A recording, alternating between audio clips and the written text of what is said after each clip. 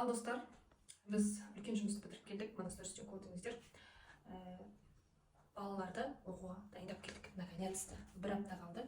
Біз енді ғана көшіп-қонамыз деп жүріп шаруаны бітірдік. Ал мен біздің үйдегі ең маңызды адамнан бастауым керек. Бізде бұрын балабақшаға барғанда налевой сояқта барады еді. Енді мына жаққа көшіп келгелі бізде налевой мектепте, соған байланысты мектепке киім алдық. Кроссовки, брюки, худи, просто трико. Күнделікті ауыстырып киюге енді мен ойлаймын. Налевойда күндегінде костюм шалбар кигізуге болатын шығар деп. Трико, так, физкультураға футболка и физкультураға дене шынықтыру сабағы. Спортивка, Nike өзінің қалауы бойынша. И самый главный бізде костюм шалбар. Кішкене ыңғайсызданып тұр, кигенде енді бірақ үйренісіп киер, енді бұны күнде кие бермейді ғой деп, соған байланысты ауыстыратын киім алдық. Сосын бұл балаға біз осыдан бір ай бұрын рюкзагын алып қойдық. Бұның ішінде фломастер, карандаш, пенал, сағаты мен еще су құятыны бұның барлығы набормен неден келді, пинзодадан алып қойдық. Так, келесі үлкен қызға бізде осы жолы аз киім алдық, қалғанын біз Ақтөбеден алатын болдық. Юбка. Бізде темнайда көк түсті, қою көк сондықтан қою көк юбка, блузка, галстугмен и кроссы.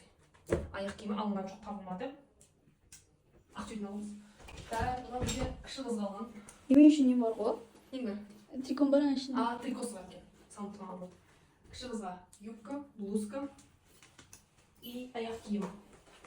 Кроссовки бар. Жаңа кроссовки бар.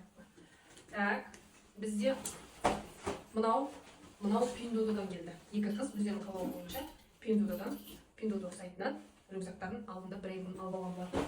Ал бүгін алғандары шопперлер. Үлкен қыз, кіші қыз өздерінің таңдауымен сатып алды.